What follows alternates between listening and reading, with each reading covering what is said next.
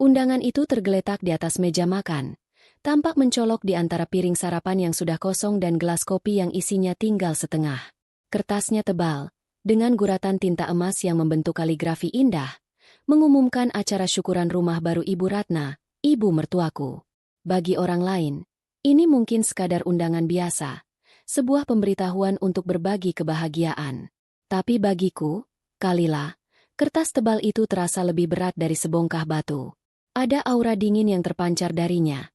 Sebuah pengingat akan posisiku yang tak pernah benar-benar dianggap di dalam keluarga suamiku, Gilang. Aku mengambilnya dengan ujung jari, seolah takut kilaunya akan menularkan hawa dingin ke tubuhku. Setiap kata yang terukir di sana terasa seperti sindiran. Dengan memohon rahmat dan ridho Tuhan, turut mengundang Bapak Ibu Saudara I, dalam acara syukuran rumah baru kami. Kami. Kata itu selalu berhasil membuat perutku mulas. Kami. Yang dimaksud tentu saja adalah keluarga besar Gilang, sebuah lingkaran eksklusif di mana aku hanyalah satelit yang berputar di orbit terluar, kadang terlihat, tapi lebih sering diabaikan. Sejak menikah dengan Gilang 3 tahun lalu, aku sudah hafal betul bagaimana dinamika keluarganya bekerja.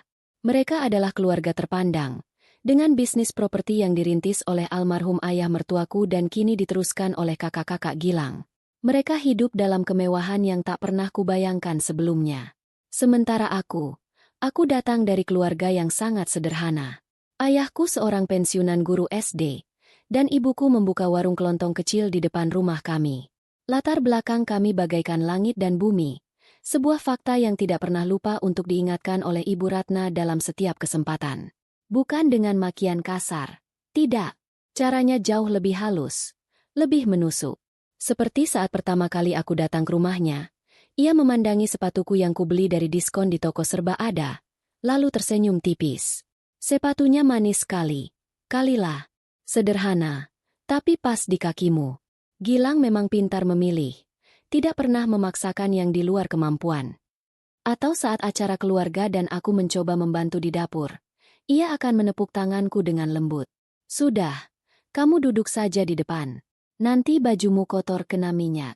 Baju bagus kan jarang-jarang dipakai. Baju bagus yang ia maksud adalah gaun terusan seharga Rp200.000.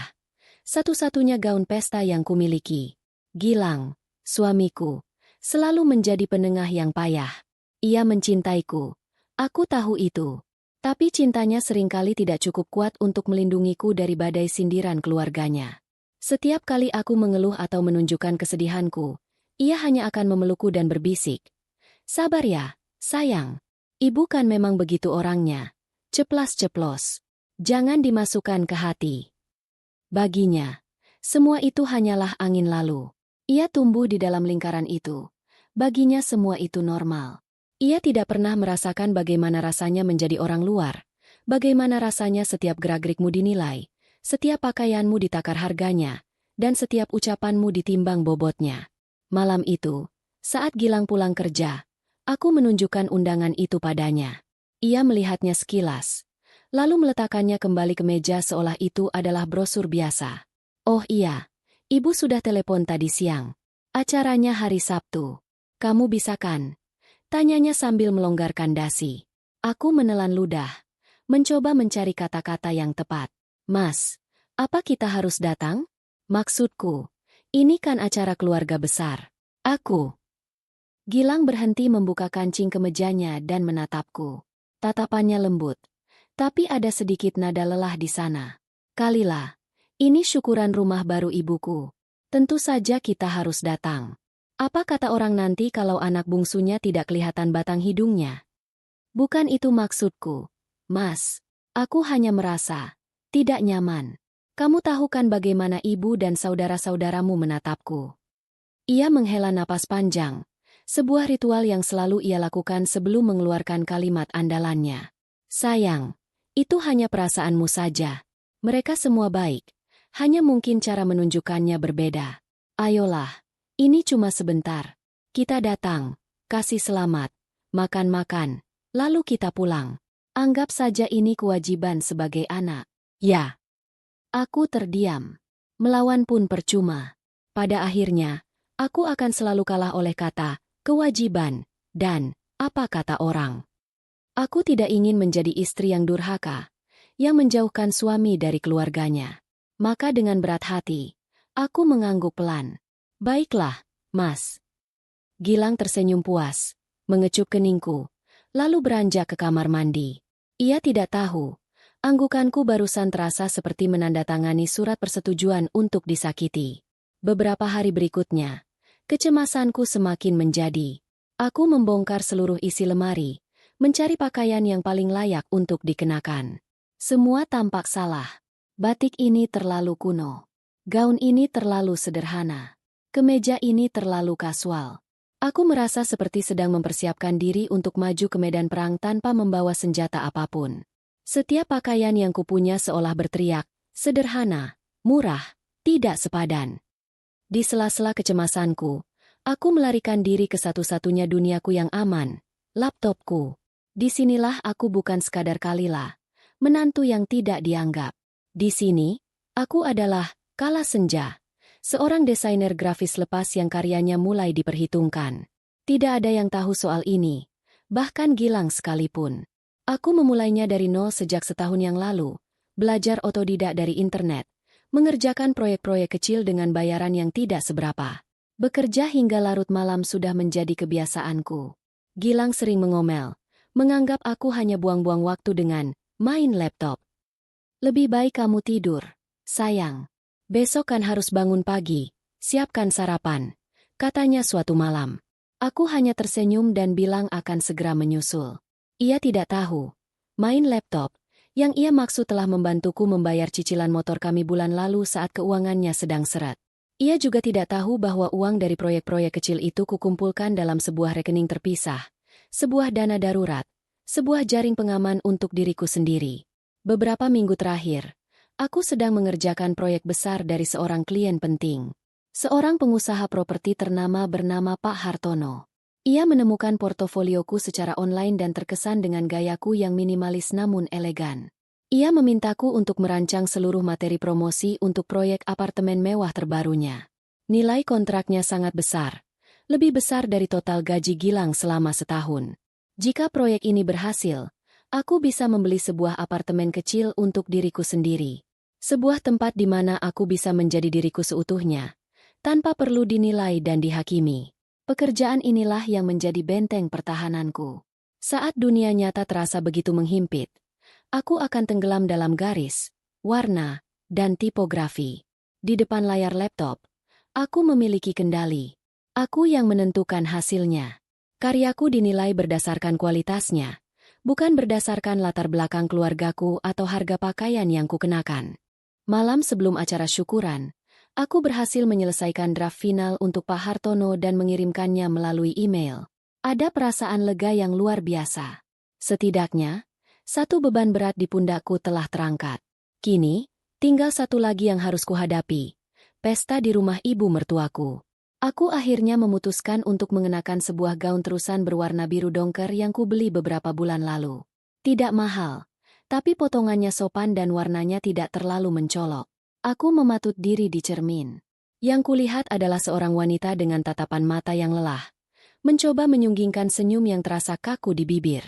Aku merapikan rambutku, memoleskan sedikit bedak dan lipstik tipis, berharap riasan sederhana ini bisa menjadi topeng untuk menyembunyikan rasa takutku. Kamu sudah siap? Suara Gilang membuyarkan lamunanku.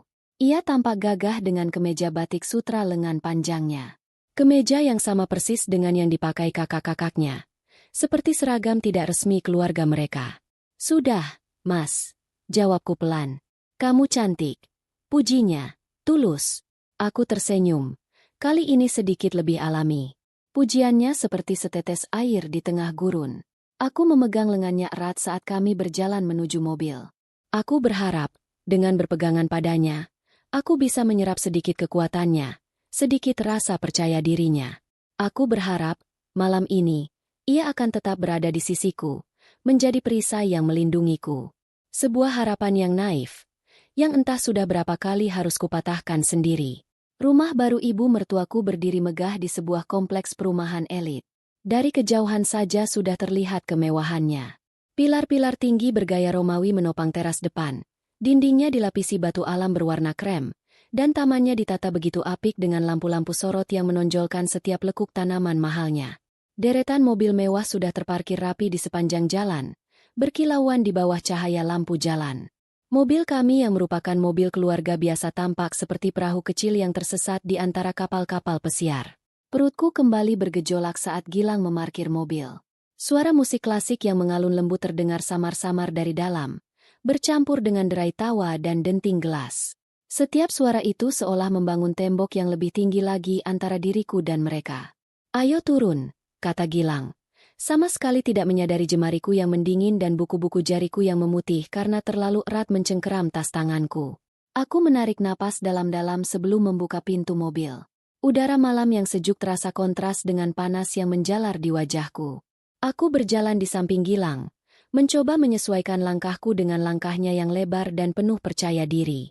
Setiap langkah menuju pintu utama rumah itu terasa begitu berat, seolah kakiku terbenam dalam pasir hisap. Pintu jati berukir itu terbuka lebar, menampakkan pemandangan di dalamnya.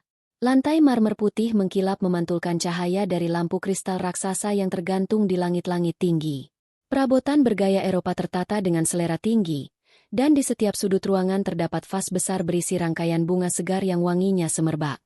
Para tamu, yang sebagian besar adalah kerabat dan rekan bisnis keluarga Gilang, tampak begitu serasi dengan kemewahan itu. Para pria mengenakan batik sutra dan kemeja bermerek, sementara para wanita berlomba-lomba memamerkan gaun desainer, perhiasan berlian, dan tas tangan yang harganya mungkin bisa untuk membeli sebuah rumah sederhana. Di tengah kerumunan itu, aku merasa seperti sebutir debu. Gaun biru dongker yang tadi di depan cermin terasa cukup pantas, kini terlihat begitu kusam dan lusuh. Aku tanpa sadar merapatkan kardigan tipis yang kupakai, seolah ingin menyembunyikan diri. Seperti yang sudah kuduga, begitu kami melangkah masuk, Gilang langsung diserbu oleh sapaan hangat dari paman, bibi, dan sepupu-sepupunya. Ia melepaskan tanganku dan langsung larut dalam obrolan mereka, menepuk punggung sana-sini, tertawa terbahak-bahak, seolah lupa bahwa aku ada di sana, berdiri kaku di belakangnya. Aku menjadi bayangan tak terlihat yang mengekor di belakangnya. Beberapa orang melirikku sekilas, melemparkan senyum tipis yang tidak mencapai mata, lalu kembali fokus pada Gilang. Ibu Ratna, sang ratu di pestanya sendiri, berdiri di tengah ruangan, dikelilingi oleh teman-teman sosialitanya. Ia mengenakan kaftan sutra berwarna merah marun yang menjuntai hingga ke lantai. Leher dan pergelangan tangannya dihiasi perhiasan emas yang berkilauan. Wajahnya berseri-seri menerima ucapan selamat. Gilang menarikku mendekat padanya. "Bu, selamat ya untuk rumah barunya." "Bagus sekali," kata Gilang sambil mencium tangan ibunya. Ibu Ratna tersenyum lebar pada putra bungsunya. "Terima kasih, Nak. Tentu saja bagus. Ini kan arsiteknya teman lama papamu." Lalu pandangannya beralih padaku. Senyumnya sedikit memudar. Ia menatapku dari ujung rambut hingga ujung kaki. Tatapan menilai yang sudah sangat kukenal. "Oh, Kalila juga datang. Ibu kira kamu sibuk dengan urusanmu." Aku menelan ludah, mencoba tersenyum. "Selamat, Bu. Rumahnya sangat indah." Aku mengulurkan tangan untuk bersalaman. Ia menyambut tanganku dengan ujung jarinya yang dingin, hanya sesaat, sebelum menariknya kembali. "Terima kasih," jawabnya singkat. Lalu langsung kembali berbincang dengan teman-temannya, seolah aku tidak pernah ada di sana. "Hunter." Satu kata itu sudah cukup untuk menggambarkan perasaanku. Gilang menepuk bahuku pelan. "Sudah, jangan dipikirkan. Ayo kita ambil makanan," bisiknya. Lalu lagi-lagi ia berjalan lebih dulu, meninggalkanku untuk mengejar langkahnya. Aku sendirian di tengah keramaian. Aku mencoba menyibukkan diri dengan mengambil piring dan mengisi sedikit makanan, meski aku sama sekali tidak berselera. Aku mencari sudut yang tidak terlalu ramai, berharap bisa menjadi tidak terlihat. Dari tempatku berdiri, aku bisa melihat Gilang yang sedang asyik tertawa bersama kakak-kakaknya. Aku melihat ipar-iparku yang saling memamerkan tas baru mereka. Aku melihat keponakan-keponakanku yang berlarian dengan pakaian bagus mereka. Aku melihat sebuah potret keluarga yang utuh, bahagia, dan serasi. Sebuah potret di mana tidak ada tempat untukku. Aku merasa begitu bodoh. Kenapa aku terus berharap? Kenapa aku terus berpikir bahwa suatu saat nanti mereka akan menerimaku? Setiap kali aku datang ke acara seperti ini, Aku selalu pulang dengan membawa luka yang sama. Luka karena tidak dianggap. Luka karena merasa tidak berharga. Setelah hampir 1 jam berdiri mematung di sudut ruangan, aku melihat Ibu Ratna dan beberapa kerabat dekatnya berkumpul di dekat sofa besar di ruang tengah. Mereka tampak sedang berbincang seru, sesekali diselingi tawa yang renyah. Aku memutuskan untuk memberanikan diri. Mungkin jika aku mencoba bergabung, mencoba menunjukkan itikat baik, mereka akan sedikit melunak. Ini adalah usaha terakhirku malam ini. Jika gagal, aku akan mengajak Gilang pulang. Dengan piring kecil berisi kue di tangan, aku berjalan perlahan mendekati mereka. Jantungku berdebar kencang. Setiap langkah terasa seperti ujian. Saat aku tinggal beberapa langkah lagi dari mereka, salah seorang bibi Gilang melihatku. Ia menyikut lengan Ibu Ratna pelan. Ibu Ratna menoleh, menatapku, dan seketika itu juga, senyum di wajahnya lenyap, digantikan oleh ekspresi jijik yang tak ditutup-tutupi.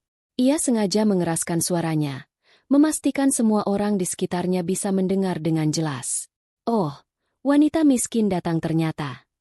Dunia seolah berhenti berputar. Kalimat itu diucapkan dengan nada mengejek yang tajam, menggema di seluruh ruangan. Tawa yang tadi renyah kini berubah menjadi tawa tertahan yang menyakitkan. Beberapa orang menatapku dengan iba, tapi lebih banyak yang menatap dengan pandangan merendahkan. Semua mata tertuju padaku. Panas menjalari wajahku, dari leher hingga ke ujung telinga. Aku merasa telanjang, semua kekuranganku, semua latar belakangku, seolah dikuliti dan dipertontonkan di depan semua orang. Piring kue di tanganku bergetar. Aku ingin lari, ingin berteriak, ingin menghilang dari muka bumi. Tapi kakiku seolah terpaku di lantai marmer yang dingin itu. Di tengah kehancuranku, mataku secara refleks mencari satu-satunya orang yang seharusnya menjadi penyelamatku. Aku mencari Gilang. Aku menemukannya. Ia berdiri tidak jauh dari sana, di dekat pilar. Ia melihat semuanya. Ia mendengar semuanya. Mata kami bertemu untuk sepersekian detik.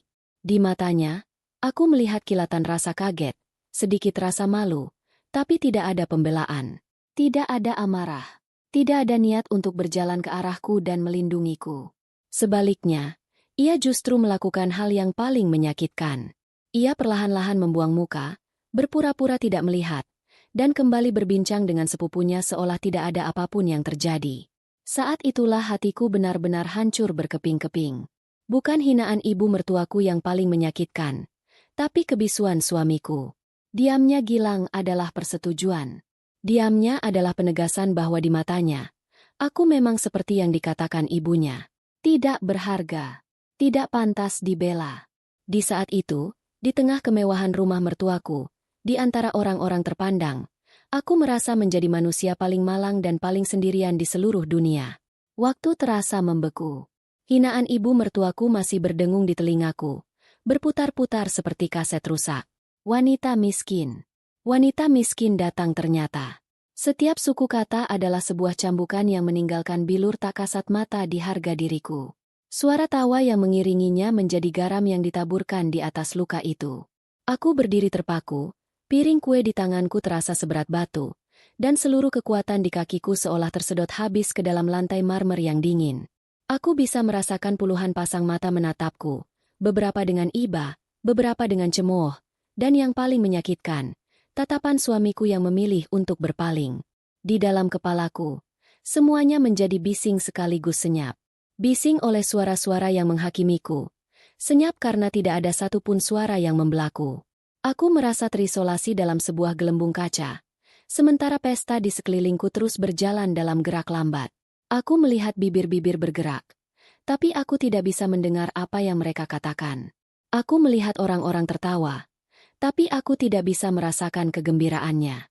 Duniaku menyempit menjadi hanya rasa sakit dan malu yang luar biasa. Sebuah air mata panas akhirnya berhasil lolos dari pertahananku, mengalir perlahan di pipiku. Cepat-cepat kusap dengan punggung tangan. Jangan menangis. Batinku berteriak. Jangan beri mereka kepuasan melihatmu hancur. Aku harus pergi dari sini. Sekarang juga. Aku tidak peduli lagi pada Gilang, pada kewajiban sebagai menantu, pada apa kata orang. Aku hanya perlu menyelamatkan sisa-sisa diriku yang masih utuh. Dengan tekad yang baru saja terkumpul, Aku memutar tubuhku. Aku tidak lagi melihat ke arah kerumunan itu. Aku menatap lurus ke arah pintu keluar. Pintu jati berukir itu tampak seperti gerbang menuju kebebasan. Aku melangkahkan kakiku, satu demi satu, dengan gerakan yang kaku seperti robot. Aku tidak peduli jika ada yang memanggilku. Aku tidak peduli pada tatapan mereka. Tujuanku hanya satu, keluar dari neraka ini. Saat itulah, tepat ketika aku hampir mencapai ambang pintu, sebuah pemandangan menghentikan langkahku. Sebuah sedan hitam yang sangat mewah berhenti tepat di depan teras. Bukan berhenti biasa. Mobil itu seolah meluncur tanpa suara, memancarkan aura kekuatan dan keanggunan yang membuat beberapa tamu yang sedang merokok di teras langsung terdiam dan menyingkir. Lampu depannya yang terang menyorot taman, menciptakan bayangan panjang yang dramatis. Seorang pria berseragam dengan sigap turun dari kursi pengemudi dan membukakan pintu belakang. Semua orang yang berada di dekat pintu, termasuk aku, menahan napas, penasaran siapa tamu penting yang datang selarut ini. Dari dalam mobil, keluarlah sesosok pria paruh baya yang perawakannya sangat berwibawa. Rambutnya putih keprakan di bagian pelipis, menambah kesan bijaksana pada wajahnya yang tegas. Ia mengenakan setelan jas berwarna abu-abu gelap yang dijahit dengan sangat rapi, tampak begitu mahal dan berkelas. Gerak-geriknya tenang, setiap langkahnya penuh perhitungan. Ia bukan tipe orang yang berteriak untuk mencari perhatian. Kehadirannya saja sudah cukup untuk menyedot seluruh atensi di sekitarnya. Ibu Ratna, yang menyadari ada tamu istimewa, segera berjalan cepat ke arah pintu. Senyum terbaiknya sudah terpasang di wajah. Ia pasti mengira pria ini adalah salah satu kolega penting suaminya atau rekan bisnis anak-anaknya. "Selamat malam, Pak. Selamat datang di kediaman kami," sapa Ibu Ratna dengan suara yang dibuat seramah mungkin. Tangannya terulur siap untuk bersalaman. Pria itu hanya melirik Ibu Ratna sekilas. Sebuah lirikan sopan namun dingin yang dengan jelas mengatakan, "Anda bukan orang yang saya cari." Ia sama sekali tidak menyambut uluran tangan ibu mertuaku, membuat tangan itu tergantung canggung di udara. Ibu Ratna tampak terkejut dan sedikit malu. Pria itu kemudian mengedarkan pandangannya ke seluruh penjuru teras. Matanya yang tajam seolah memindai setiap wajah. Lalu, matanya berhenti, tepat padaku. Aku membeku. Aku kenal wajah itu. Wajah yang selama ini hanya kulihat melalui foto profil di aplikasi pesan atau saat rapat virtual. Pak Hartono, klien terbesarku. Untuk sesaat, jantungku berhenti berdetak. Apa yang ia lakukan di sini? Bagaimana ia tahu aku ada di sini? Kepanikan mulai merayapiku. Identitas rahasiaku, pekerjaanku. Semuanya akan terbongkar. Pak Hartono berjalan lurus ke arahku, mengabaikan semua orang yang menatapnya dengan penuh tanya. Langkahnya mantap, melewati Ibu Ratna yang masih mematung karena diabaikan. Kerumunan kecil di dekat pintu seolah terbelah dengan sendirinya, memberinya jalan. Ia berhenti tepat di hadapanku. Jarak kami hanya sekitar 1 meter. Ia tersenyum tipis, sebuah senyum yang penuh hormat. "Ibu Kalila, akhirnya saya bertemu Anda secara langsung," katanya. Suaranya berat dan dalam, terdengar begitu jelas di tengah keheningan yang tiba-tiba tercipta. Seluruh dunia terasa berhenti untuk kedua kalinya malam itu. Tapi kali ini, bukan karena rasa sakit. Ini karena keterkejutan yang luar biasa. Semua orang menatapku, lalu menatap Pak Hartono, lalu kembali menatapku. Bisik-bisik mulai terdengar. "Siapa Kalila? Kenapa pengusaha besar itu mencarinya?" Aku sendiri masih terlalu kaget untuk bisa berkata-kata. Lidahku keluh. Pak Hartono tampaknya menyadari kebingunganku. "Maaf saya sedikit terlambat. Saya langsung dari bandara. Ada penerbangan mendadak dari Singapura." Lanjutnya, seolah kami sedang berada di ruang rapat, bukan di tengah-tengah pesta yang baru saja menghinaku. "Saya kemari karena ada hal yang sangat mendesak. File proyek miliaran yang Ibu kirim tadi sore. Luar biasa. Saya sudah menunjukkannya pada investor, dan mereka semua setuju tanpa negosiasi sedikit pun. Mereka ingin kita segera memulainya." Setiap kata yang keluar dari mulutnya adalah sebuah ledakan bom. Proyek miliaran. Setuju.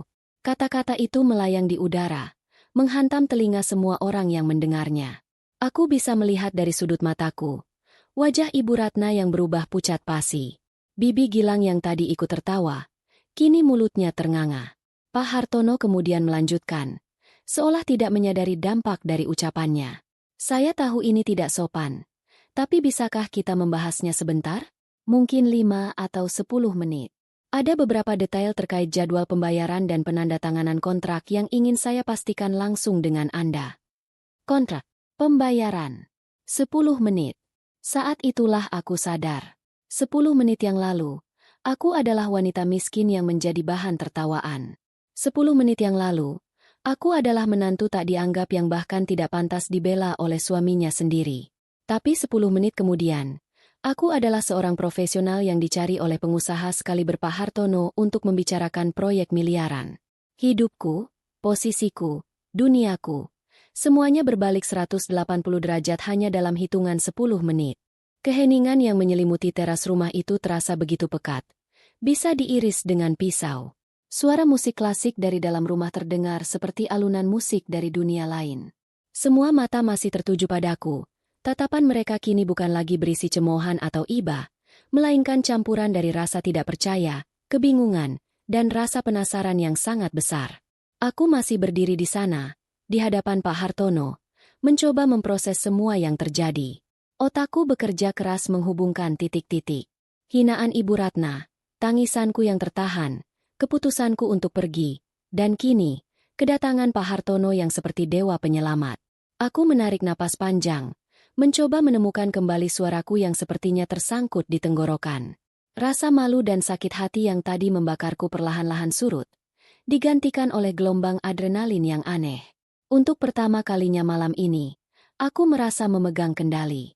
Pak Hartono, sapaku. Suaraku sedikit bergetar pada awalnya, namun aku berhasil membuatnya terdengar tenang dan profesional. Sebuah kehormatan bisa bertemu Bapak secara langsung. Saya sama sekali tidak menyangka Bapak akan datang kemari. Pak Hartono tersenyum maklum. Justru saya yang harus berterima kasih. Bu Kalila, Anda tahu, sudah berbulan-bulan saya mencari desainer yang tepat untuk proyek The Zenith Residence ini.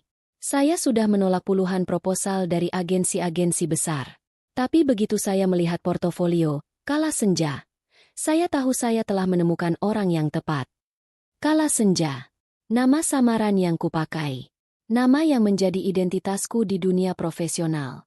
Mendengarnya diucapkan dengan lantang di depan keluarga mertuaku rasanya begitu surreal. Aku bisa melihat Gilang, yang entah sejak kapan sudah berada di dekat pintu, menatapku dengan mata membelalak. Wajahnya menunjukkan kebingungan total. Kakak-kakaknya dan para iparku juga memasang ekspresi yang sama. Asisten saya butuh waktu hampir 2 minggu untuk melacak identitas asli di balik nama Kala Senja. Lanjut Pak Hartono. Anda sangat menjaga privasi Anda, Bu. Sangat profesional. Saya semakin yakin bahwa Anda adalah orang yang tepat untuk dipercaya menangani proyek sebesar ini. Desain Anda bukan hanya indah, tapi juga memiliki jiwa. Setiap pujian dari Pak Hartono terasa seperti tamparan bagi mereka yang baru saja merendahkanku. Aku tidak perlu membela diri. Aku tidak perlu menjelaskan apapun. Karyaku, reputasiku, dan kehadiran pria terhormat ini sudah berbicara lebih keras dari apapun. Di tengah keheningan itu, sebuah ingatan melintas di benakku. Sebuah adegan beberapa bulan yang lalu. Aku sedang begadang, menyelesaikan sebuah proyek logo untuk klien dari luar negeri. Ibu Ratna kebetulan sedang menginap, dan saat ia keluar dari kamarnya untuk mengambil minum di tengah malam, ia melihatku yang masih terpaku di depan laptop. Ya ampun, Kalila, kamu belum tidur jam segini? Tanyanya dengan nada sinis. Kerja apa kamu di depan laptop sampai malam begitu? Main game saja, ya? Tidak ada gunanya. Lebih baik bantu-bantu di rumah, belajar masak yang benar. Itu baru tugas istri. Aku hanya tersenyum tipis saat itu. Tidak ingin berdebat. Aku hanya menjawab. Iya, Bu. Sebentar lagi selesai. Malam itu, aku baru saja menerima pembayaran yang kugunakan untuk membeli hadiah ulang tahun untuknya. Sebuah tas kulit yang menurutku bagus, meskipun tentu saja tidak sebanding dengan koleksinya. Hadiah yang saat kuberikan hanya ia terima dengan senyum sekilas sebelum meletakkannya begitu saja di atas meja. Ingatan lain muncul.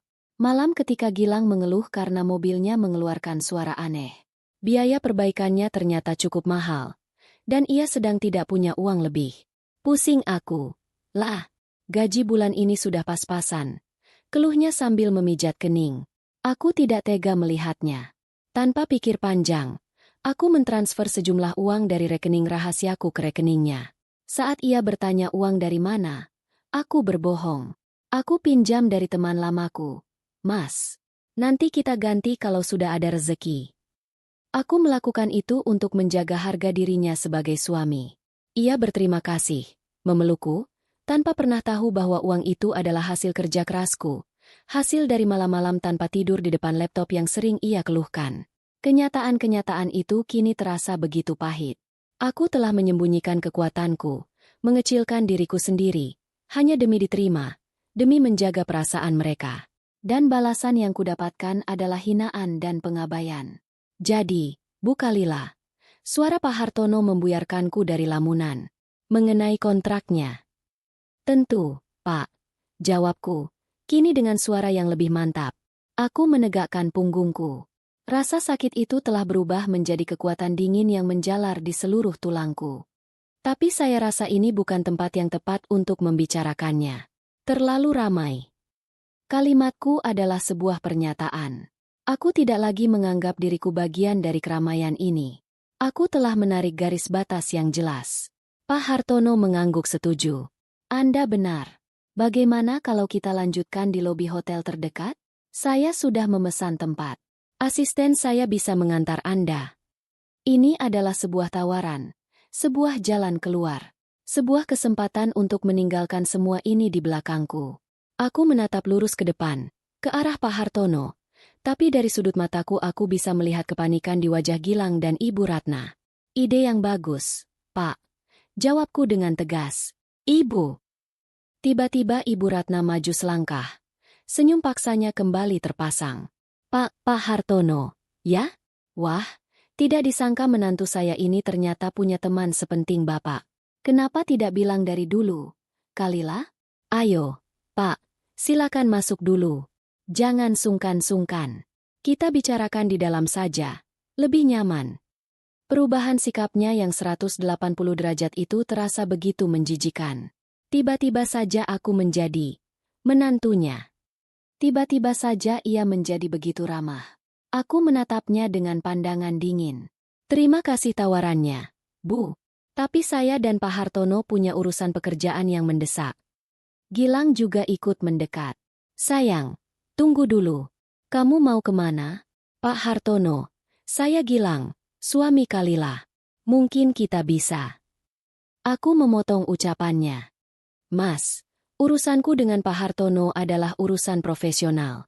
Tidak ada hubungannya denganmu. Ini adalah pertama kalinya aku berbicara dengan nada sedingin itu padanya. Wajahnya tampak terluka dan kaget. Tapi luka di hatiku jauh lebih dalam. Dan aku tidak punya lagi tenaga untuk mempedulikan perasaannya. Pak Hartono, yang sepertinya memahami situasi dengan cepat, memberikan isyarat pada asistennya. Kalau begitu, mari, Bu Kalila. Mobil Anda biar diurus oleh staf saya nanti. Aku mengangguk, tanpa menoleh ke belakang lagi, tanpa mengucapkan sepatah kata pun pada Gilang atau ibu mertuaku. Aku melangkah mengikuti Pak Hartono menuju sedan hitamnya yang mewah. Saat aku melangkah melewati ambang pintu, aku merasa seperti sedang melangkahi sebuah garis tak terlihat, meninggalkan kehidupan lamaku yang penuh kepura-puraan dan rasa sakit, menuju sebuah masa depan yang sepenuhnya ada dalam genggamanku. Pintu mobil yang ditutup oleh asisten Pak Hartono terdengar seperti penegas. Sebuah babak dalam hidupku telah berakhir malam ini.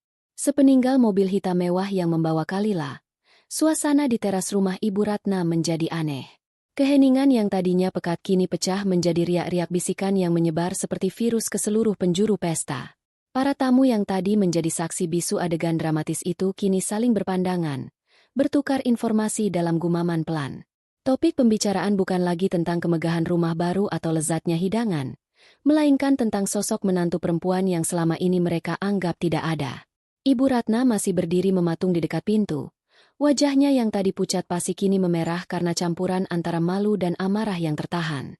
Senyum ramah yang ia pasang untuk menyambut Pak Hartono kini membeku menjadi seringai kaku. Ia merasa puluhan pasang mata sedang menatapnya, menghakiminya. Pestanya, malam kebanggaannya, Momen di mana ia seharusnya menjadi pusat perhatian, telah direbut dan dihancurkan oleh gadis miskin yang paling ia benci. Di sisinya, Gilang tampak seperti orang linglung. Dunianya baru saja dijungkir balikan. Kalila, istrinya yang ia anggap sederhana, penurut, dan sedikit membosankan dengan dunianya di depan laptop. Kalila yang selalu ia minta untuk bersabar, yang keluhannya sering ia anggap sebagai rengekan manja. Ternyata, di balik semua itu, ada seorang Kala Senja, seorang profesional sukses yang dijemput langsung oleh klien miliarder. Semua kepingan puzzle yang selama ini ia abaikan kini mulai menyatu. Malam-malam Kalila begadang, kiriman paket berisi peralatan gambar digital yang ia anggap hobi, penolakan halus Kalila saat ia tawarkan uang belanja lebih. Ternyata itu bukan karena kesederhanaan, tapi karena kemandirian. Ia merasakan getaran hebat di dalam dadanya. Ada rasa kaget, tentu saja. Tapi di bawahnya, ada lapisan rasa malu yang membakar. Ia malu karena baru saja membiarkan istrinya dihina di depan umum. Ia malu karena selama ini ia sama sekali tidak mengenal siapa perempuan yang tidur di sampingnya setiap malam. Dan yang paling parah, ia malu karena ia tahu, jauh di lubuk hatinya, ia pun ikut meremehkan Kalila. Ia tidak pernah mengatakannya, tapi sikapnya, kebisuan dan pengabaiannya, sudah menjadi bukti yang lebih dari cukup. Gilang, apa-apaan ini? Desis kakak iparnya, Dewi, sambil menarik lengannya. Istrimu itu, kenal Pak Hartono? Sejak kapan? Gilang hanya bisa menggeleng. Aku tidak tahu, Mbak. Tidak tahu bagaimana? Dia istrimu. Timpal kakak laki-lakinya yang lain, seolah Gilang baru saja melakukan kejahatan terbesar. Di tengah kebingungan itu, Ibu Ratna akhirnya berhasil menguasai diri. Naluri sosialitanya mengambil alih. Ia harus melakukan penyelamatan muka. Sekarang juga. Dengan tawa yang dipaksakan hingga terdengar melengking, ia menepuk pundak salah seorang temannya. Aduh, dasar anak itu. Kalila itu memang begitu, suka sekali memberi kejutan. Katanya dengan nada yang dibuat ringan, seolah semua ini adalah bagian dari sebuah rencana. Anaknya itu sangat rendah hati, tidak mau pamer sama sekali. Saya sebagai mertua sampai suka gemas sendiri. Sudah saya bilang, kalau punya prestasi itu ditunjukkan, jangan disembunyikan terus. Tapi ya begitulah dia. Itu adalah sebuah kebohongan yang terang-terangan, sebuah topeng yang dipasang dengan tergesa-gesa untuk menutupi wajahnya yang penuh malu. Beberapa temannya mengangguk-angguk sopan, pura-pura percaya, sementara yang lain hanya tersenyum tipis, tahu persis apa yang sebenarnya terjadi. Mereka semua mendengar hinaan, wanita miskin, tadi. Dan mereka semua melihat bagaimana Pak Hartono mengabaikan Ibu Ratna. Seorang bibi Gilang yang terkenal suka bergosip mendekat. Ratna, kamu beruntung sekali punya menantu seperti itu. Kenapa tidak pernah kamu ceritakan? Wah, kalau tahu begitu, dari dulu kan bisa dikenalkan dengan anakku. Siapa tahu bisa kerja sama. Ucapan itu seperti pisau bermata dua. Di permukaan adalah pujian, tapi di baliknya adalah sindiran telak. Kenapa tidak pernah kamu ceritakan? Karena kamu tidak pernah menganggapnya. Karena kamu malu padanya. Ibu Ratna hanya bisa tersenyum kecut. Pesta yang tadinya meriah kini berubah menjadi ajang bisik-bisik. Setiap sudut diisi oleh orang-orang yang membahas misteri Kalila. Beberapa memuji kehebatannya. Yang lain mempertanyakan kebodohan Gilang dan keluarganya yang telah menyia-nyiakan Mutiara. Ayah mertuaku, seorang pria pendiam yang biasanya hanya duduk di pojok, kini ikut terlihat gelisah. Bisnisnya sedang sedikit lesu, dan nama Pak Hartono adalah jaminan kesuksesan. Sebuah kesempatan emas baru saja lewat di depan hidungnya, dan keluarganya justru menghinanya. Gilang, yang merasa semakin terpojok, mencoba menelepon Kalila. Tangannya sedikit gemetar saat mencari nama istrinya di kontak. Panggilan pertama, tidak diangkat. Panggilan kedua, langsung ditolak. Jantungnya mencelos. Penolakan itu terasa seperti sebuah vonis. Ia sadar, ia mungkin baru saja kehilangan sesuatu yang jauh lebih berharga dari sekadar rasa malu. Ia menghampiri ibunya yang sedang sibuk membual pada teman-temannya tentang bagaimana ia selalu mendukung bakat terpendam Kalila. Bu, panggil Gilang pelan. Ibu Ratna menoleh. Wajahnya masih memasang topeng keramahan. Iya, kenapa, nak? Aku mau pulang. kata Gilang. Suaranya terdengar kosong. Loh, kok pulang? Ini pestanya belum selesai. Temani ibu di sini, jawab Ibu Ratna, mencoba mempertahankan citra keluarga harmonis. Aku harus menyusul Kalila. Aku harus bicara dengannya. Desak Gilang. Rasa panik mulai menjalari dirinya. Ibu Ratna menarik Gilang sedikit menjauh dari kerumunan. Topengnya sedikit retak. Bicara apa? Biarkan saja dia pergi. Nanti juga pulang sendiri. Justru bagus dia membuat drama seperti ini. Semua orang jadi tahu kalau menantu ibu bukan orang sembarangan. Katanya, mencoba memutarbalikkan fakta demi keegoisannya. Gilang menatap ibunya tidak percaya. Bukan orang sembarangan? Ibu baru saja menghinanya di depan semua orang. Ibu menyebutnya wanita miskin. SSST. Pelankan suaramu. Bentak Ibu Ratna tertahan. Ibu kan hanya bercanda. Kamu tahu sendiri mulut ibu bagaimana. Bercanda? Kalila tidak tertawa. Bu, aku juga tidak. Itu jahat. Dan aku hanya diam saja. Kata Gilang, suaranya bergetar karena penyesalan. Aku harus pergi, Bu. Tanpa menunggu persetujuan ibunya, Gilang berbalik dan berjalan cepat keluar dari rumah itu. Ia tidak peduli lagi pada tatapan para tamu atau panggilan ibunya. Yang ada di pikirannya hanyalah Kalila. Ia harus menemukannya, harus meminta maaf, harus memperbaiki semuanya. Meskipun ia tidak tahu harus mulai dari mana. Di belakangnya, topeng Ibu Ratna benar-benar hancur. Ia ditinggalkan putranya di tengah pestanya sendiri. Semua bualannya terasa hampa. Ia kini sendirian menghadapi tatapan para tamu, tatapan yang seolah berkata, permainanmu sudah selesai. Malam yang seharusnya menjadi malam kemenangannya, telah berubah menjadi malam kekalahannya yang paling telak. Di dalam mobil Pak Hartono, dunia terasa begitu berbeda. Kabinnya kedap suara, meredam seluruh kebisingan dunia luar. Yang terdengar hanyalah deru halus mesin dan alunan musik instrumental yang lembut dari pengeras suara. Aroma kulit baru yang mewah bercampur dengan wangi parfum maskulin Pak Hartono yang samar-samar. Semuanya terasa begitu tenang, begitu aman. Sebuah kontras yang tajam dengan suasana toksik yang baru saja kutinggalkan. Aku duduk diam di kursi penumpang belakang, menatap lampu-lampu kota yang berlarian di luar jendela. Tubuhku masih sedikit bergetar karena sisa-sisa adrenalin dan emosi yang campur aduk. Ada perasaan lega yang luar biasa, seolah baru saja berhasil lari dari sebuah bangunan yang terbakar. Tapi di balik kelegaan itu, ada luka yang masih terasa perih. Bayangan wajah Gilang yang berpaling saat aku dihina terus berkelebat di benakku. Pak Hartono, yang duduk di sampingku, tampaknya merasakan kegelisahanku. Ia tidak banyak bicara, memberiku ruang untuk menenangkan diri. Setelah beberapa menit dalam keheningan, ia berdeham pelan. Asisten saya akan membawakan Anda air mineral, katanya dengan nada kebapakan yang menenangkan. Asistennya yang duduk di depan segera berbalik dan menyodorkan sebotol air dingin. Terima kasih, Pak, jawabku lirih, menerima botol itu dengan tangan yang masih sedikit gemetar. Itu tadi sepertinya situasi yang sulit, kata Pak Hartono hati-hati. Anda menanganinya dengan sangat baik. Tetap tenang di bawah tekanan seperti itu menunjukkan karakter yang kuat. Pujian sederhana itu terasa seperti balsam yang dioleskan pada lukaku. Di saat suamiku sendiri tidak mampu membelaku, seorang klien yang baru kutemui secara langsung justru memberiku pengakuan. Sebuah ironi yang menyakitkan. Aku tidak menjawab, hanya memberinya senyum kecil sebagai ucapan terima kasih. Air mataku nyaris jatuh lagi, tapi kali ini karena rasa haru, bukan karena rasa sakit. Tak lama kemudian, kami tiba di sebuah hotel bintang 5 yang megah. Lobinya luas dan sepi, dengan interior elegan yang didominasi warna emas dan krem. Kami duduk di sebuah lounge yang nyaman, dan seorang pelayan segera datang untuk mencatat pesanan kami. Suasana profesional di tempat ini membantuku untuk mengalihkan fokus. Aku bukan lagi Kalila sang menantu yang teraniaya. Di sini, aku adalah Kala Senja, seorang desainer profesional yang akan bertemu dengan klien penting.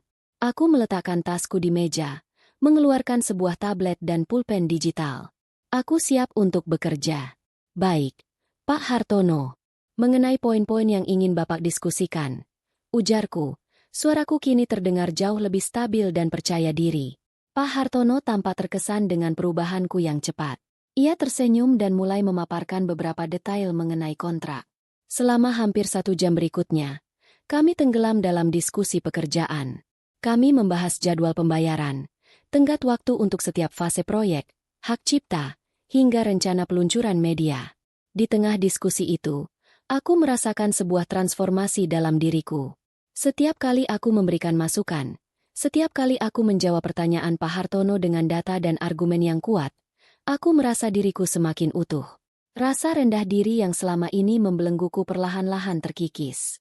Aku sadar, aku punya nilai, aku punya kemampuan, dan nilaiku tidak ditentukan oleh harga pakaianku, latar belakang keluargaku, atau persetujuan dari ibu mertuaku. Nilai diriku ada di sini, di dalam otakku, di dalam hasil karyaku. Selama ini aku selalu merasa kecil di hadapan keluarga Gilang yang kaya raya. Aku selalu merasa berhutang budi karena Gilang, putra dari keluarga terpandang, mau menikahiku. Perasaan itulah yang membuatku selalu berusaha menyenangkan mereka, menelan semua sindiran, dan memaklumi semua pengabaian. Malam ini, aku sadar betapa salahnya pemikiranku. Aku tidak berhutang apapun pada mereka. Justru sebaliknya, mereka tidak pernah tahu aset berharga yang mereka miliki dan sia-siakan. Setelah semua detail disepakati, Pak Hartono mengulurkan tangannya.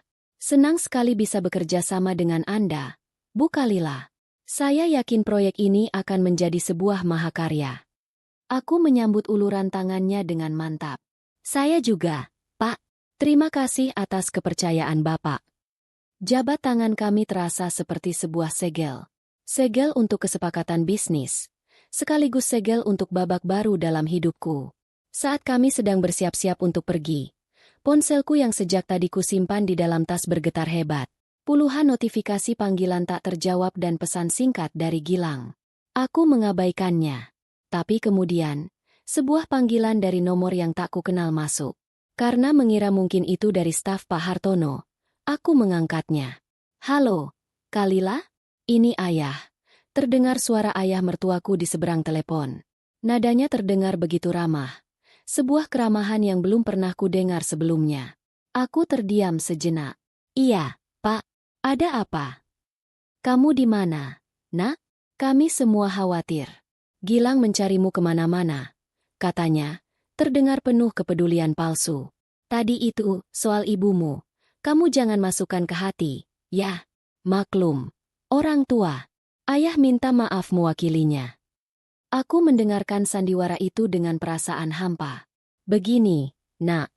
Lanjutnya setelah jeda sejenak. Tadi ayah dengar kamu sedang mengerjakan proyek besar dengan Pak Hartono, ya? Wah, menantu ayah hebat sekali. Kebetulan sekali. Perusahaan ayah sedang butuh sedikit suntikan dana untuk proyek baru. Barangkali, kamu bisa mengenalkan ayah pada Pak Hartono? Atau mungkin, kamu bisa bantu sedikit? Hitung-hitung investasi. Nanti kita atur bagi hasilnya. Permintaan itu datang begitu cepat. Begitu tanpa basa-basi. Di saat aku baru saja dihina habis-habisan, mereka kini tanpa malu datang untuk meminta pertolongan. Mereka tidak melihatku sebagai menantu. Mereka melihatku sebagai mesin uang yang baru saja terungkap. Dulu, permintaan seperti ini mungkin akan membuatku panik dan merasa tidak enak untuk menolak. Tapi kini, sesuatu dalam diriku telah berubah. Aku menarik napas perlahan, menjaga suaraku agar tetap tenang dan datar. Saya mengerti, Pak. Tapi untuk saat ini, seluruh waktu dan energi saya tercurah untuk proyek dengan Pak Hartono. Saya terikat kontrak eksklusif dan tidak bisa menangani proyek lain. Oh, bukan menangani proyek, Nak. Hanya sekadar membantu, mengenalkan saja. Desaknya. Seperti yang saya bilang, Pak. Potongku dengan nada yang lebih tegas, namun tetap sopan. Fokus saya saat ini tidak bisa diganggu. Mungkin bisa kita bicarakan lain waktu, setelah proyek ini selesai. Tapi saya tidak bisa janji. Hening sejenak di seberang sana. Ayah mertuaku sepertinya tidak menyangka akan mendapat jawaban seperti itu. Kalau begitu, saya tutup dulu teleponnya. Pak, masih ada beberapa hal yang harus saya urus. Selamat malam. Aku langsung mematikan sambungan telepon tanpa menunggu jawabannya. Tanganku tidak gemetar. Jantungku tidak berdebar kencang. Yang ada hanyalah perasaan lega yang dingin dan kuat. Aku baru saja memenangkan pertempuran kecil pertamaku dengan kekuatanku sendiri. Aku menatap pantulan diriku di jendela kaca lobi hotel. Yang balas menatapku bukan lagi wanita lemah yang mencari validasi. Yang kulihat adalah sosok wanita yang tegak, dengan tatapan mata yang jernih dan tegas. Kekuatan baru itu kini ada di tanganku, dan aku tidak akan pernah melepaskannya lagi. Setelah mengucapkan selamat malam pada Pak Hartono dan memastikan asistennya akan mengurus semua keperluannya, aku melangkah keluar dari lobi hotel. Udara malam yang sejuk menerpa wajahku, terasa seperti usapan lembut yang mencoba menenangkan badai di dalam diriku. Aku merasa lelah, bukan lelah fisik, tapi lelah emosional yang menguras habis seluruh energiku. Untuk sejenak, aku hanya berdiri di trotoar, menatap lalu lintas yang ramai, mencoba memutuskan kemana harus pergi. Pulang ke rumah yang kutinggali bersama Gilang terasa mustahil. Tempat itu tidak lagi terasa seperti rumah, hanya sebuah bangunan berisi kenangan pahit dan kekecewaan. Saat aku sedang mengeluarkan ponsel untuk memesan taksi, sebuah suara yang sangat kukenal memanggil namaku dengan nada putus asa. Kalila. Aku menoleh. Di sana, di seberang jalan, di bawah cahaya lampu jalan yang redup, Gilang berdiri. Ia tampak berantakan. Kemeja batiknya yang mahal terlihat kusut, rambutnya acak-acakan, dan wajahnya pucat pasi. Ia terlihat seperti orang yang baru saja berlari maraton. Saat mata kami bertemu, ia segera menyeberang jalan tanpa memedulikan klakson mobil yang memekakan telinga, dan berhenti tepat di hadapanku. Napasnya terengah-engah. Matanya memerah, menatapku dengan tatapan yang campur aduk antara penyesalan, kebingungan, dan permohonan. Sayang, aku mencarimu kemana-mana. Aku meneleponmu berkali-kali, katanya dengan suara serak. Aku hanya menatapnya. Diam. Dinding pertahanan yang baru saja kubangun terasa begitu kokoh. Aku tidak merasakan getaran apapun saat melihatnya seperti ini. Yang ada hanyalah kehampaan yang dingin. Kalila, tolong katakan sesuatu. Pintanya. Tangannya terulur seolah ingin menyentuhku, tapi kemudian ragu-ragu dan jatuh kembali ke sisinya. Apa yang ingin Mas katakan? Tanyaku. Suaraku terdengar asing di telingaku sendiri. Datar. Tanpa emosi. Gilang seperti terkejut mendengar nada bicaraku. Ia mungkin mengharapkan aku menangis atau berteriak marah. Tapi keheninganku ini sepertinya jauh lebih menakutkan baginya. Aku minta maaf. Ucapnya. Akhirnya. Aku minta maaf. Kalila. Aku tahu aku salah. Aku bodoh. Aku benar-benar minta maaf atas apa yang ibu katakan. Dan aku lebih menyesal lagi karena aku hanya diam saja. Aku seharusnya membelamu. Ia berhenti. Kehabisan kata-kata. Aku membiarkannya bicara. Membiarkan semua kalimat klise itu keluar dari mulutnya.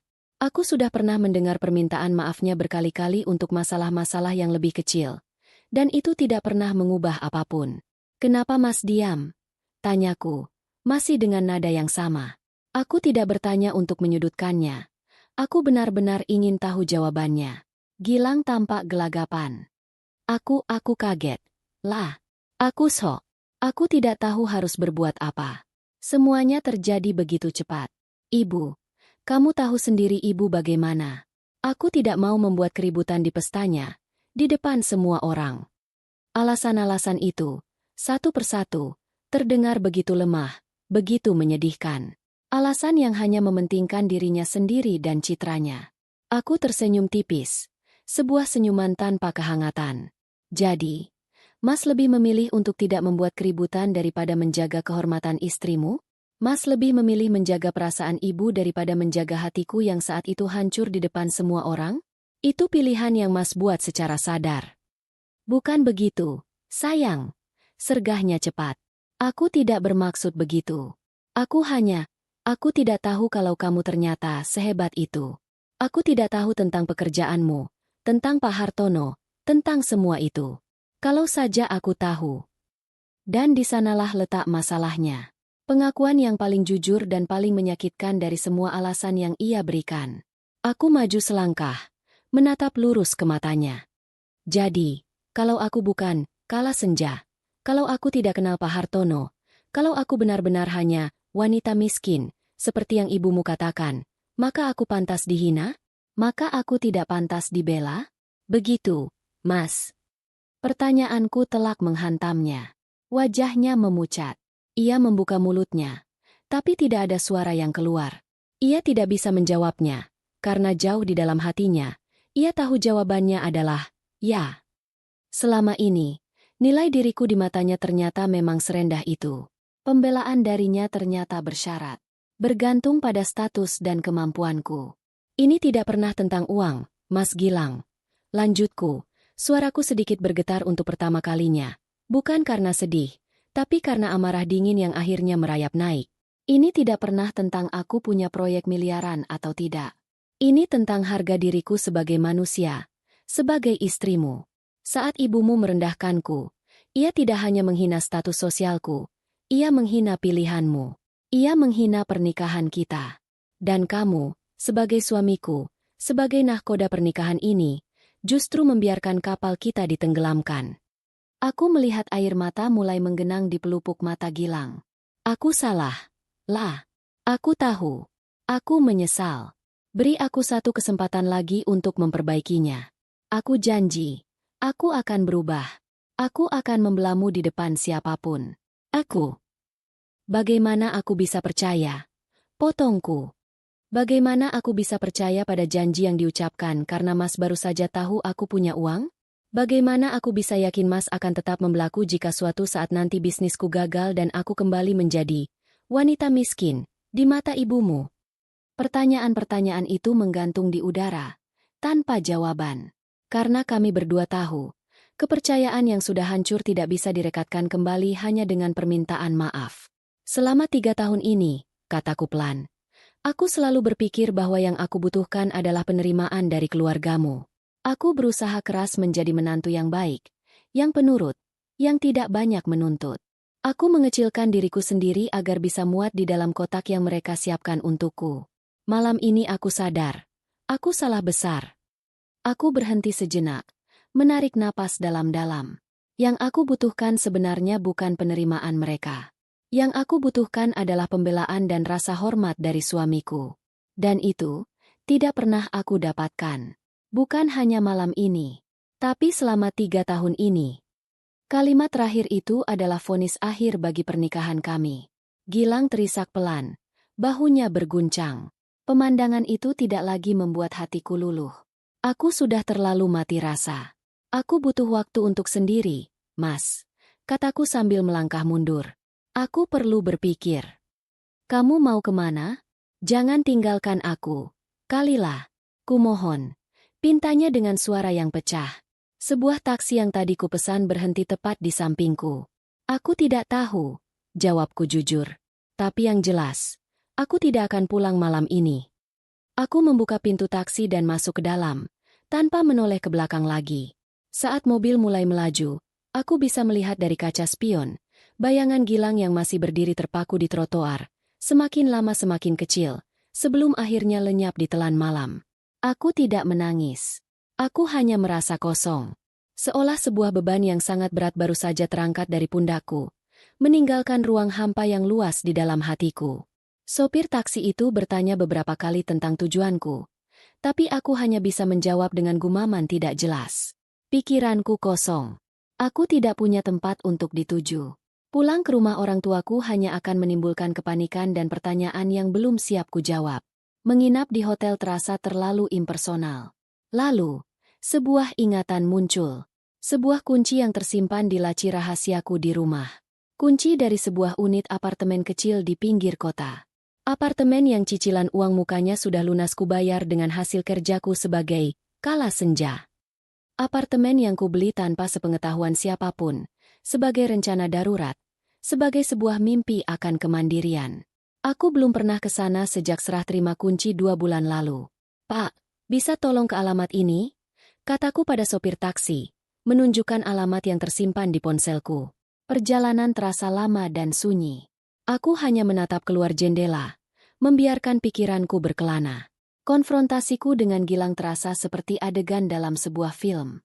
Aku bahkan tidak mengenali diriku sendiri. Wanita tenang dan tegas yang tadi berbicara. Dari mana datangnya kekuatan itu? Mungkin kekuatan itu sudah ada di sana selama ini, terpendam di bawah tumpukan rasa tidak percaya diri dan keinginan untuk menyenangkan orang lain. Hinaan ibu mertuaku malam ini bukan menghancurkanku, tapi justru menjadi palu godam yang memecahkan sangkar tak terlihat yang selama ini mengurungku. Kami akhirnya tiba di depan sebuah gedung apartemen yang sederhana namun bersih dan modern. Setelah membayar taksi, aku melangkah masuk ke lobi yang sepi. Udara di dalamnya terasa sejuk dan baru. Aku menaiki lift menuju lantai 15. Jantungku berdebar sedikit. Ini adalah pertama kalinya aku akan memasuki duniaku yang sesungguhnya. Pintu unit nomor 1508 terbuka dengan bunyi klik pelan. Aku melangkah masuk dan menyalakan lampu. Di hadapanku terbentang sebuah ruangan kosong. Dindingnya masih putih bersih, lantainya berdebu tipis, dan bau cat baru masih tercium samar-samar. Hanya ada satu ruangan utama yang menyatu dengan dapur kecil, satu kamar tidur, dan satu kamar mandi. Kecil, tapi ini milikku.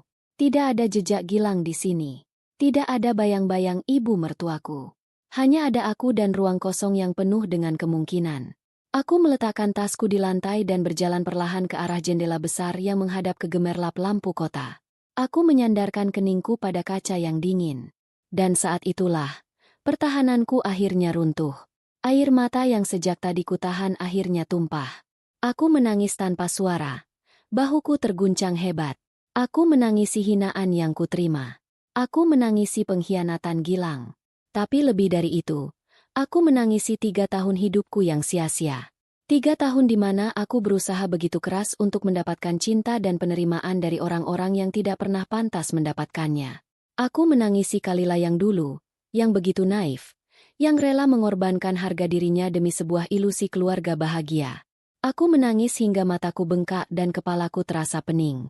Setelah air mataku kering, yang tersisa hanyalah kelelahan dan sebuah kesadaran yang jernih. Aku duduk bersandar di dinding, di tengah ruangan kosong itu, dan mulai merenung. Aku memutar kembali kenangan pernikahanku seperti sebuah film. Ada saat-saat bahagia, tentu saja. Aku ingat kencan pertama kami, tawa Gilang yang renyah, caranya memegang tanganku saat kami berjalan. Ia bisa menjadi pria yang manis dan perhatian. Tapi kenangan itu kini terasa ternoda.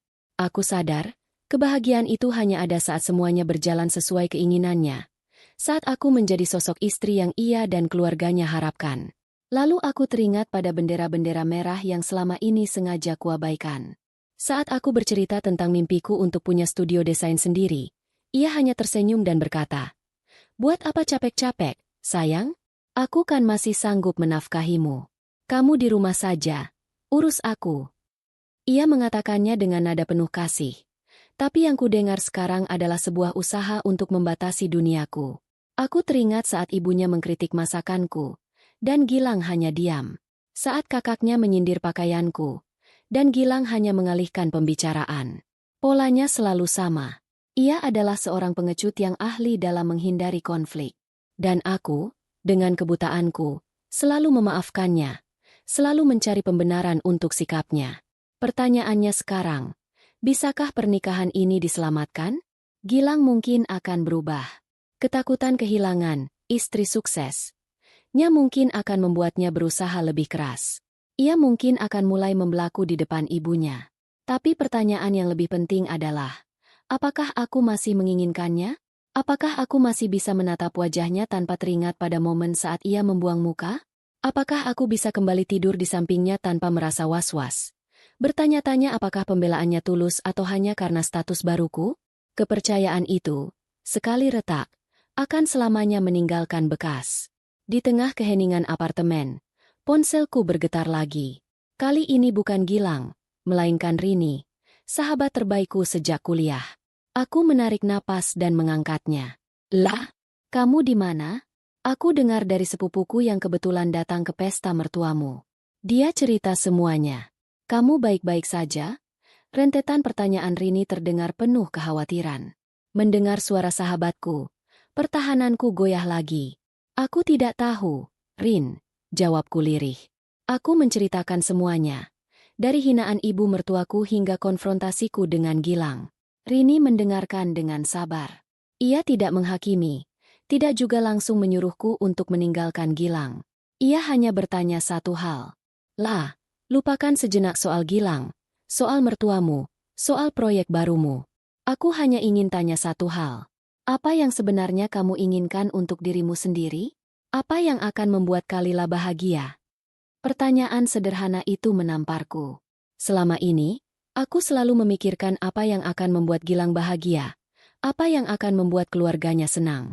Aku tidak pernah benar-benar bertanya pada diriku sendiri apa yang kuinginkan. Aku menatap sekeliling ruangan kosong ini. Ruangan yang kubeli dengan keringatku sendiri. Aku ingin dihargai.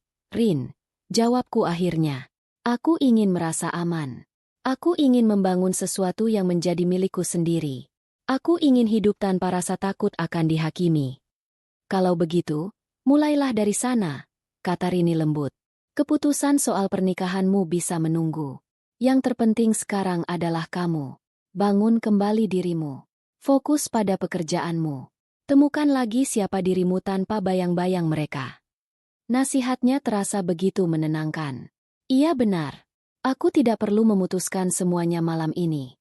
Yang perlu kulakukan adalah mengambil langkah pertama untuk diriku sendiri. Setelah menutup telepon, aku bangkit. Aku membuka tas kerjaku dan mengeluarkan tabletku.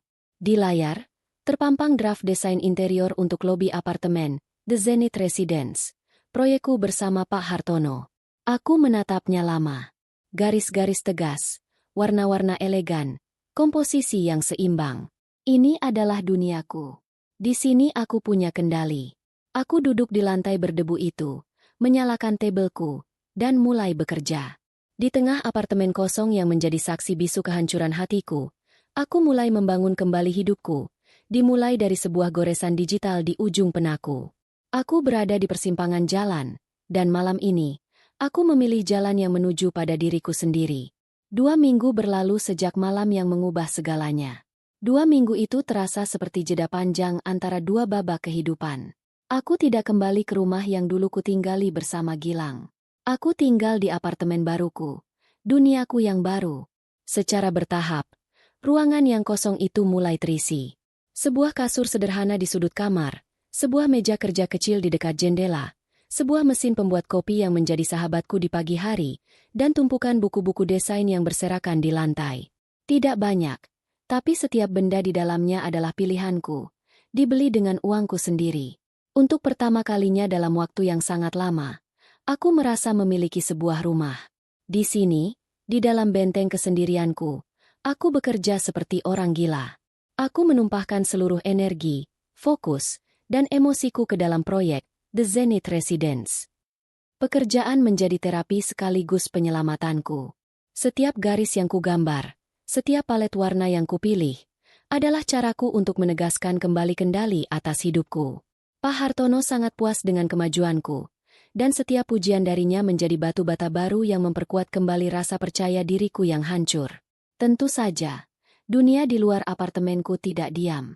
Ponselku terus-menerus diserbu oleh panggilan dan pesan dari masa laluku. Gilang adalah yang paling gigih. Pesan-pesannya adalah sebuah roller coaster emosi. Dimulai dari permohonan maaf yang tak ada habisnya. Sayang, maafkan aku akan lakukan apapun. Kemudian berubah menjadi rengekan putus asa. Aku tidak bisa tidur. Lah, rumah ini terasa kosong tanpamu. Kumohon, pulanglah. Dan ketika aku tidak merespons, nadanya berubah menjadi sedikit menyalahkan. Apa kamu sudah melupakan janji pernikahan kita? Apa semua ini tidak ada artinya lagi bagimu? Aku membaca setiap pesannya dengan hati yang anehnya terasa tenang. Tidak ada lagi rasa sakit yang menusuk. Hanya ada kelelahan dan kesadaran bahwa kami berdua sedang menatap jurang yang terlalu lebar untuk diseberangi. Ibu Ratna juga mencoba menghubungiku. Suatu hari ia mengirim pesan suara. Nadanya dibuat terdengar lemah dan penuh penyesalan. Kalila, ini ibu. Kamu apa kabar? Nak, ibu dengar kamu sibuk sekali sekarang. Jangan lupa jaga kesehatan. Ya, soal malam itu sudahlah. Lupakan saja. Ibu sudah memaafkanmu. Pulanglah. Gilang kasihan sendirian. Aku hampir tertawa getir mendengarnya. Ia memaafkanku? Seolah akulah yang telah berbuat salah. Manipulasinya begitu kentara, begitu menyedihkan. Ia bahkan tidak sanggup mengucapkan kata maaf yang tulus. Panggilan juga datang dari kakak-kakak ipar dan ayah mertuaku. Semuanya dengan modus yang sama. Diawali dengan basa-basi menanyakan kabar. Diakhiri dengan permintaan terselubung untuk dikenalkan pada relasi bisnisku atau sekadar diskusi peluang kerjasama. Topeng mereka telah sepenuhnya luruh, menampakkan wajah-wajah oportunis yang hanya melihatku sebagai sebuah koneksi, sebuah tambang emas yang baru ditemukan. Aku menangani semua itu dengan batasan yang jelas. Aku hanya membalas pesan Gilang satu kali, sebuah pesan singkat yang kubuat sedatar mungkin. Mas, aku butuh waktu. Tolong hargai itu. Panggilan dari keluarganya tidak pernah kuangkat. Aku sedang membangun duniaku yang baru, dan aku tidak akan membiarkan polusi dari dunia lama meracuninya. Setelah 2 minggu menjalani rutinitas baru yang damai ini, aku tahu aku tidak bisa terus menggantungkan keadaan. Aku harus membuat keputusan. Bukan untuk mereka, tapi untuk diriku sendiri. Keputusan ini akan menjadi fondasi untuk sisa hidupku. Maka, aku mengirimkan sebuah pesan singkat kepada Gilang. Aku ingin bertemu. Besok, jam 3 sore, di kafe dekat Taman Kota. Datanglah bersama ibumu. Aku yang memilih waktu dan tempat. Aku yang menentukan agendanya. Ini harus diselesaikan sesuai dengan peraturanku. Keesokan harinya, aku datang 10 menit lebih awal. Aku memilih meja di sudut yang sedikit terpencil. Aku mengenakan sebuah blus putih sederhana namun berpotongan rapi dan celana bahan hitam. Rambutku kuikat ekor kuda, dan riasanku minimalis. Aku ingin mereka melihatku apa adanya. Kalila, bukan lagi menantu penurut atau kala senja yang sukses, hanya seorang wanita yang telah menemukan kembali harga dirinya. Mereka datang tepat waktu. Gilang tampak kurus, dengan lingkaran hitam di bawah matanya. Ibu Ratna, sebaliknya, berusaha tampil sempurna dengan kaftan dan perhiasan lengkap, seolah ini adalah sebuah pertemuan sosial biasa, bukan sebuah pengadilan bagi pernikahanku. Suasana di meja terasa sangat canggung. Pelayan datang dan aku memesan segelas es teh. Gilang memesan kopi hitam, sementara ibunya hanya meminta air mineral. "Kamu apa kabar, La?" Gilang memulai pembicaraan. Suaranya terdengar ragu. "Aku baik, Mas." "Sangat baik," jawabku dengan tenang, menatap lurus ke matanya. "Syukurlah," katanya pelan. Lalu keheningan kembali menyelimuti. Ibu Ratna berdeham, mengambil alih panggung. "Kalila, Ibu senang kamu akhirnya mau bertemu. Kami semua di rumah mengkhawatirkanmu," katanya dengan senyum yang dipaksakan. "Sudahlah, Nak. Masalah kemarin itu kita anggap saja angin lalu. Namanya juga keluarga. Pasti ada salah paham. Yang penting sekarang kamu pulang, ya?" Kasihan Gilang. Aku mendengarkan ceramahnya tanpa menyela. Setelah ia selesai, aku menatapnya dengan pandangan yang datar. "Ibu," kataku, suaraku lembut namun tegas. "Saya tidak menganggap apa yang terjadi malam itu sebagai salah paham. Saya menganggapnya sebagai sebuah kejujuran. Malam itu, untuk pertama kalinya, saya melihat dengan jelas bagaimana posisi saya sesungguhnya di mata ibu dan juga di mata Mas Gilang." Ibu Ratna tampak tersinggung. "Maksud kamu apa?" Aku tidak menjawabnya. Pandanganku beralih pada Gilang. "Mas, aku sudah memikirkan semuanya baik-baik selama 2 minggu ini. Aku akan berubah.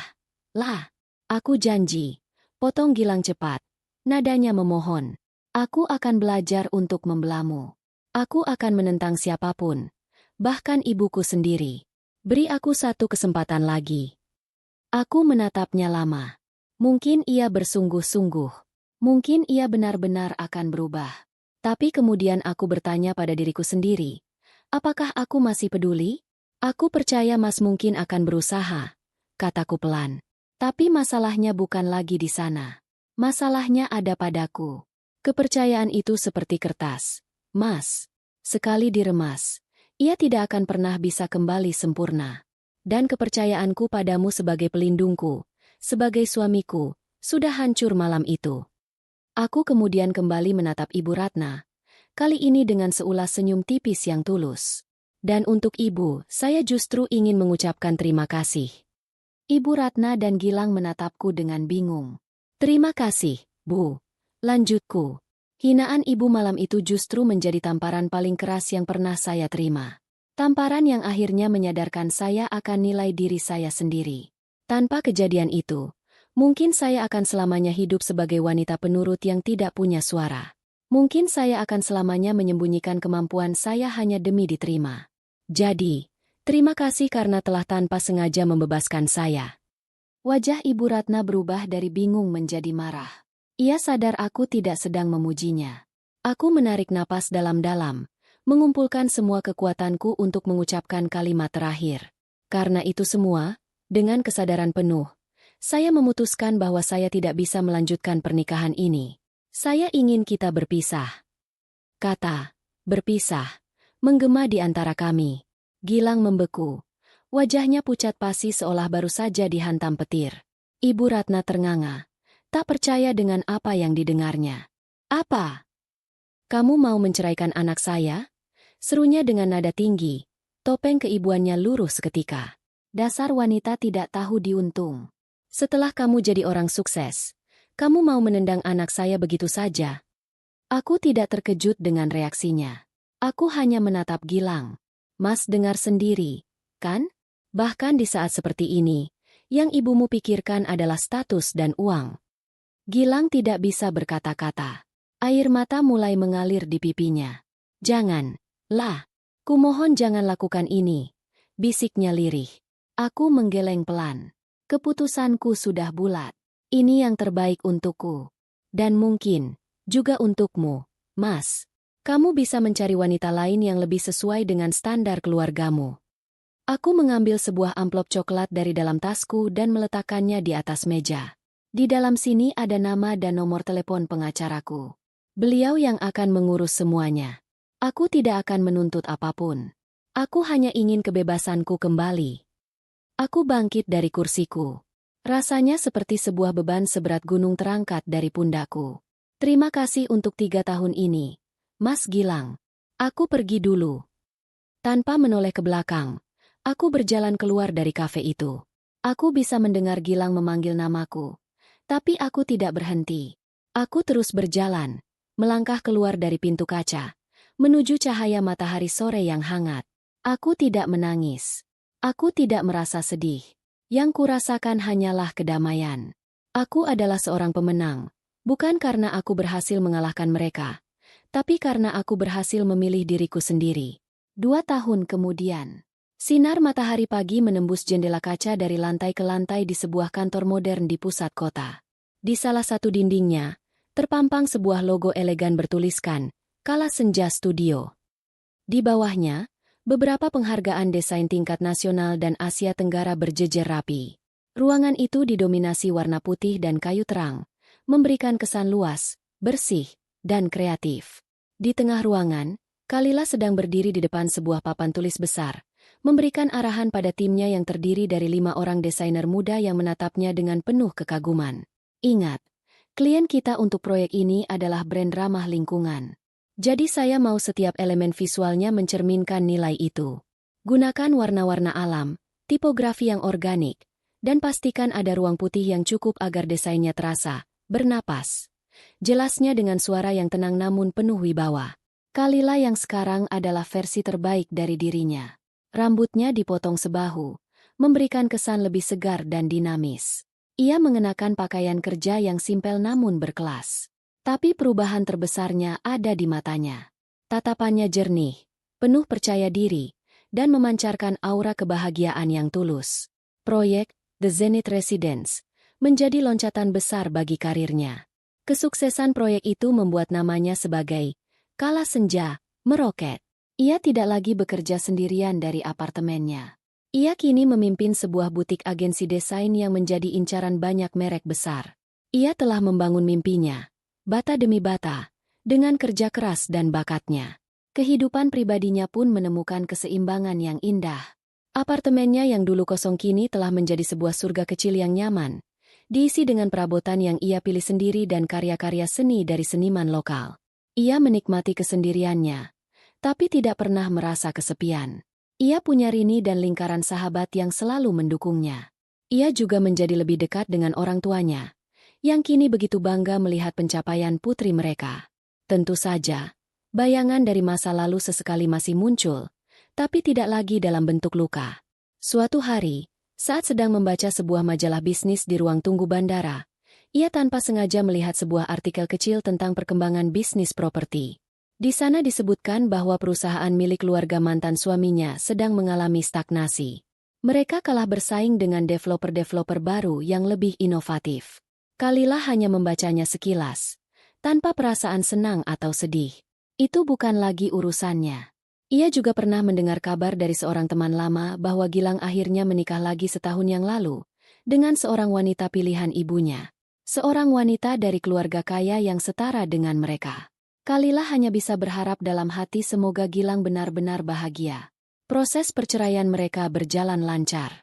Seperti janjinya, Kalila tidak menuntut sepeser pun harta Gonogini, sebuah keputusan yang sempat membuat pengacaranya geleng-geleng kepala.